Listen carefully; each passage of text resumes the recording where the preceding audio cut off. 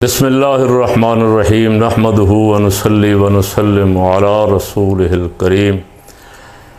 आज 14 अगस्त यौम आज़ादी की रात शुरू हो चुकी है और ये रात इतनी बरकत वाली है कि जिस दिन पाकिस्तान आज़ाद हुआ था 14 अगस्त 1947 को, ये रात रमज़ान मुबारक की 27वीं 26वां रोज़ा था, 27वीं रात थी लैलतुल क़द्र, और सारी रूए ज़मीन की मस्जिदों पे ख़त्म कुरान पाक की तकरीबात हो रही थीं, शबीने पढ़े जा रहे थे और सुबह जुमातुल विदा था। ये रात गुज़ार के जो दिन आ रहा था उस वक़्त जुमातुल विदा था। सारे इशारे, चूँकि हमने पाकिस्तान मांगा था, पाकिस्तान का मुतालबा, पाकिस्तान की तहरीक, हज़ारों लाखों जानों के नजराने पेश किए थे। किस लिए? ला इलाहा इल्लल्लाह मुहम्मदुर रसूलुल्लाह सल्लल्लाहु अलैहि वसल्लम, हजूर के निज़ाम के लिए हमने अल्लाह रब्बुल आलमीन से और उसके महबूब रहमत लिल आलमीन सल्लल्लाहु अलैहि वसल्लम से वादा किया था कि या अल्लाह हमें एक खित्ता ज़मीन मिल जाए जिसमें हम आज़ादी के साथ तेरा निज़ाम नाफिज कर सकें, जो तेरे महबूब सल्लल्लाहु अलैहि वसल्लम कुरान पाक की सूरत में लेके आए हैं और जो उन पर नाजिल फरमाया गया है। अब उसमें जो निज़ाम, जो दस्तूर हयात अता फरमाया गया है, वो उस खित्ता ज़मीन पे नाफिज कर सकें, ये वादा किया था। इसके लिए पाकिस्तान लिया था। बदकिस्मती से पाकिस्तान बनते ही अगले साल कायद आज़म मोहम्मद अली जिन्ना रहमतुल्लाह अलैह रुखसत हो गए और उसके थोड़ी देर बाद ही, चंद महीनों बाद या साल बाद, नवाबज़ादा लियाकत अली ख़ान को शहीद कर दिया गया और फिर इस मुल्क में कुर्सी कुर्सी का खेल शुरू हो गया। कभी ताकतवर आ गए, कभी सियासतदान आ गए, कभी टेक्नोक्रेट आ गए और वो खेल ऐसा शुरू हुआ कि आज तक मुसलसल चलता ही आ रहा है। कभी जमहूरियत के नाम पे, कभी सदारती निज़ाम के नाम पे, कभी पार्लिमानी निज़ाम के नाम पे, कभी मार्शल लॉ और फ़ौजी हुकूमत के नाम पे वही खेल खेला जा रहा है और ला इलाहा इल्लल्लाह वाला वादा जो किया था वो भूल गए। और कोई हुक्मरान भी उस ला इलाहा इल्लल्लाह मुहम्मदुर रसूलुल्लाह वाले वादे की तरफ नहीं आया। मरहूम जनरल ज़ियाउल हक नाम लेते रहे और कुछ ना कुछ थोड़ा बहुत निज़ाम सलात, निज़ाम ज़कात वगैरह उन्होंने कोशिश की करने की, लेकिन सारा सिस्टम भी, और फिर उनका भी इरादा बदल गया, इक़्तिदार को तूल देने का मंसूबा बन गया। उन्होंने भी गैर जमाती पहले शूरा बनाई, फिर गैर जमाती इंतखाबात करवा के मनपसंद अफराद को ले आए। 50-50 लाख रुपया, उस वक्त 50 करोड़ से भी ज़्यादा वज़नी था, दिया उनको और उनसे कहा कि अपने अपने किले मजबूत करो अपने हल्कों में। सियासी जमातों को तहस नहस करने की पूरी कोशिश की और उस वक्त से लेके आज तक चल है। और वही लोग भेस बदल बदल के, कभी एक आ जाता है, कभी दूसरा आ जाता है, लेकिन पाकिस्तान ताहाल अल्लाह और उसके रसूल सल्लल्लाहु अलैहि वसल्लम के निज़ाम से महरूम है। आज आप मेरे सुनने वाले, देखने वाले जितने भी हैं, उनसे दरख्वास्त है, एक दुआ तो ये करें कि अल्लाह रब्बुल आलमीन, हमने उससे जो वादा किया था कि तेरे महबूब का निज़ाम नाफिज करेंगे, वो वादा पूरा करने की तौफीक अता फ़रमाए। दूसरा, अल्लाह को ऐसे हुक्मरान अता फ़रमाए जो बाकिरदार हों, दयानतदार हों, गैरतमंद हों और जो इस वादे को वफा करें। तीसरा, आज रात ख़ास करके तहज्जुद के वक्त, फ़जर के वक्त उन शहीदों के लिए दुआ करें जिन्होंने अपनी जानें कुर्बान करके हमें ये वतन अज़ीज़ आज़ाद करवा के दिया। उन उलमाए रब्बानीन जो हज़रत मौलाना फ़ज़ल हक़ खैराबादी रहमतुल्लाह अलैह और उनके रफ़क़ा कि सूरत में अंग्रेज़ गोरा राइटर कहता है कि हर दरख्त पे कई कई उलमा के सर लटकाए हुए थे, लाशें उनकी लाशें लटकाई हुई थीं, जलाए गए, ज़िबा किए गए। एक ही मुतालबा किया गया कि बस ये आज़ादी का फतवा वापस ले लो, इसकी मुखालफत कर दो, हम तुम्हें एज़ाज़ व इकराम से भी नवाजेंगे और तुम्हारी रिहाई भी हो जाएगी। लेकिन उन मर्दान खुदा ने बड़ी जवामर्दी के साथ अल्लाह और उसके रसूल सल्लल्लाहु अलैहि वसल्लम के निज़ाम के लिए जानें कुर्बान की, आज़ादी के लिए जानें कुर्बान की।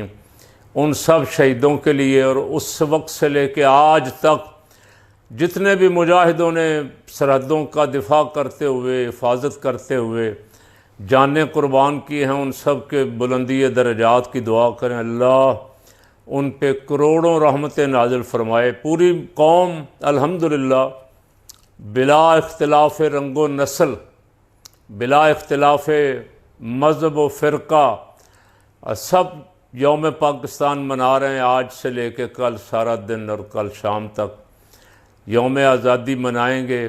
लेकिन यौम आज़ादी मनाने के लिए बदकिस्मती ये है कि हमारे नौजवानों ने जो तरीक़ाकार इख्तियार कर लिया है वो किसी सूरत भी रवा नहीं है, वो किसी सूरत भी जायज़ नहीं है। सारी रात मोटरसाइकिलों के सलेंसर निकाल के शोर हूटर बजाना, शोर शराबा बर्पा करना, जिसमें बहुत सारे नौजवानों की जानें भी जाती रहती हैं।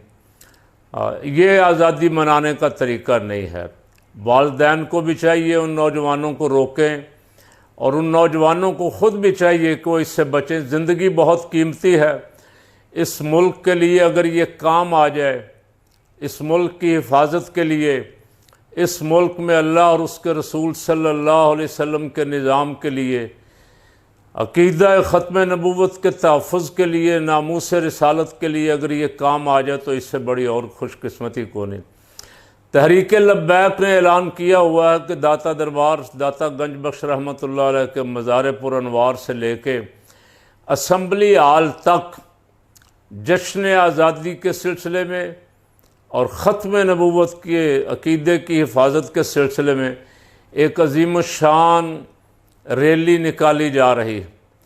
पहले तो मैंने देखा बहुत दफ़ा जब भी वो इस तरह की 6 सितंबर हो, 14 अगस्त हो, 23 मार्च हो, इंतज़ामिया रोकने की बजाय सहूलतकारी करती कि निकालें, आएँ, रोडों पे आएँ, कौम के जज्बात बढ़ाएँ, लोगों के दिलों में पाकिस्तान की ज़्यादा से ज़्यादा मोहब्बत पैदा करें, वतन की मोहब्बत पैदा करें। लेकिन अभी तक जो ख़बर मुझे सुनाई दे रही है और ये लब्बैक वालों के पेज से सुनाई दे रही कि इस दफ़ा लब्बैक वालों को रोका जा रहा है, बल्कि छापे मारे जा रहे हैं, उनकी रैली रोकने के इंतज़ामात किए जा रहे हैं, जो किसी सूरत भी रवा नहीं है। पाकिस्तान का यौम आज़ादी मनाने के लिए सबको आज़ादी होनी चाहिए पाकिस्तान में, और सड़कों पे आके रैलियों की सूरत में, नारों की सूरत में, तकरीरों की सूरत में, तिलावत और नात खानी की सूरत में, जैसे भी कोई नाजायज़ गैर कानूनी काम उसमें ना हो, लेकिन जायज़ तरीक़ों से जो भी मनाना चाहता है यौम आज़ादी, अगर उसको यौम आज़ादी भी नहीं मनाने देंगे तो फिर आज़ादी का क्या मतलब। अगर वो आज़ाद हैं तो उनको किसी सूरत में रोकना नहीं चाहिए। हाँ, अगर उनसे कोई मामलात हैं तो उनसे बैठ के इंतज़ामिया, लाहौर की इंतज़ामिया को तय कर लेने चाहिए आज रात ही। उनकी रैली आए और यौम आज़ादी वाले दिन पुलिस उसे रोके और आंसू गैस और लाठी चार्ज वगैरह का मंज़र बने तो ये किसी सूरत भी रवा नहीं है यौम आज़ादी वाले दिन ख़ास करके। वैसे तो मुल्क में जब मुल्क आज़ाद है और यहाँ एहतजाज की भी इजाज़त है, यहाँ जलसा जुलूस की भी इजाज़त है, तो किसी दिन भी रोकना नहीं चाहिए, किसी पार्टी को भी रोकना नहीं चाहिए।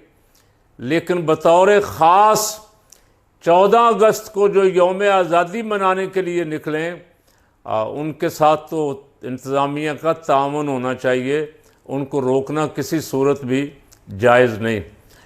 कल का जनरल फैज़ हमीद साहब वाला मसला चल रहा है और रात भी मैंने कुछ बातें अर्ज की थी। बहुत कुछ कहा जा रहा है। सरकारी सहाफ़ी जो हैं उन्होंने एकदम नहीं, सरकारी सहाफ़ी नहीं, सरकारी कारिंदे, ख़ास करके मिनिस्टर राना सनाउल्लाह का बयान भी हमने देखा, अता तारड़ का बयान भी देखा। वो कोशिश कर रहे हैं कि जनरल फैज़ हमीद पे भी 9 मई डाल दी जाए, और उससे तासुर ये दे रहे, उससे कुछ कहलवा के खान पे भी 9 मई डाल दी जाए। इमरान खान तो 9 मई वाले दिन आपकी हिरासत में था, आपने उसे गिरफ़्तार किया हुआ था, और उसकी गिरफ़्तारी की वजह से लोग एहतजाज के लिए निकले थे। और जनरल फैज़ हमीद उस वक़्त रिटायर हो चुका था।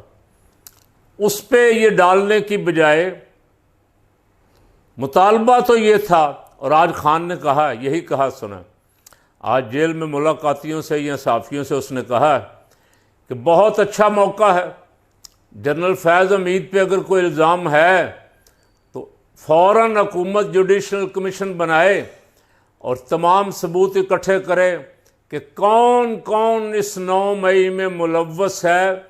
दूध का दूध और पानी का पानी होना चाहिए। ये मुतालबा खान साहब पहले भी कर रहे हैं। इस मुतालबे की तरफ हुक्मरान नहीं आते, लेकिन झूठा बयानिया बना के कुछ लोगों को पकड़ा हुआ है, कुछ लोगों पे डाला हुआ है। खान साहब भी कह चुके, हम सब बार बार कह रहे हैं, हमारा अपना मौक़िफ़, अपनी जमात का मौक़िफ़ हम भी कह चुके हैं भाई जुडिशल कमीशन बनाओ इस पर। जो बेगुनाह पकड़े हुए हैं, किसी सूरत भी किसी को बेगुनाह एक लम्हा भी जेल में रखने की इजाज़त आपको ना कानून देता है, ना शरीयत मुताहरा देती। जो भी ज़िम्मेदार हैं, जिनको पकड़ा हुआ है, इनकी गिरफ़्तारी के, इनको जेलों में बंद करने के, उनको जवाब बहरहाल देना पड़ेगा अल्लाह की बारगाह में। ये जिन्होंने नाजायज़ जेल काटी है, जैसे यास्मीन राशिद बार खड़ी लोगों को माइक में कह रही है, उसकी वीडियो मौजूद है कि कोई बंदा कोर कमांडर हाउस के अंदर ना जाए, बाहर आ जाएं सब। ये वीडियो तो मौजूद है, अंदर जाने का आर्डर देने की कोई वीडियो नहीं है। अगर है तो लाएं और जुडिशल कमीशन बना के केस चलाएं उन पे, जो ज़िम्मेदार है, जो भी इसमें जिस सज़ावार है उसे सज़ा दें, ताकि ये मसला ख़त्म हो जाए। और फैज़ हमीद साहब अब आपकी कस्टडी में हैं। फैज़ हमीद साहब अगर किसी इस तरह के मुदाखलत करने वाले, सियासी मुदाखलत करने वाले जुर्म में पकड़े गए हैं, तो फिर बड़े बड़े और भी पकड़े जाएंगे। फिर बाजवा साहब भी नहीं बचेंगे, इसलिए कि DGISI तो अपने चीफ के हुक्म पे अमल कर रहा होता है ना, और भी कई साथ जाएंगे। ये केस पाकिस्तान के अवाम का तो मुतालबा यही है कि ये केस चलना चाहिए, और 9 मई वाले सारे जो हैं वो सामने लाने चाहिए कि कौन कौन है ज़िम्मेदार, किस किस ने मॉब को जाने से रोका नहीं है, किस किस ने सहूलतकारी की है, किन्होंने CCTV फुटेज गायब की है, और कौन जुडिशल कमीशन नहीं बनने दे रहे। ये सारा कुछ आना चाहिए अवाम के सामने, ताकि लोगों को पता चले कि मुहब्बे वतन कौन है, और इस मुल्क में रह के इस मुल्क के ख़िलाफ़ सीटों पे बैठ के, बड़े बड़े ओहदों पे बैठ के साजिशें करने वाला कौन कौन है। अल्लाह इस 14 अगस्त यौम आज़ादी, और ख़ास करके 1947 वाले 14 अगस्त, जिस दिन 27वीं रमज़ान मुबारक थी, रात लैलतुल क़द्र और अगला दिन जुमअतुल विदा का था, अल्लाह उसकी बरकत से, नज़ूल कुरान की बरकत से पाकिस्तान पे रहम फरमाए। पाकिस्तान को ला इलाहा इल्लल्लाह मुहम्मदुर रसूलुल्लाह सल्लल्लाहु अलैहि वसल्लम की बालादस्ती वाला निज़ाम अता फरमाए।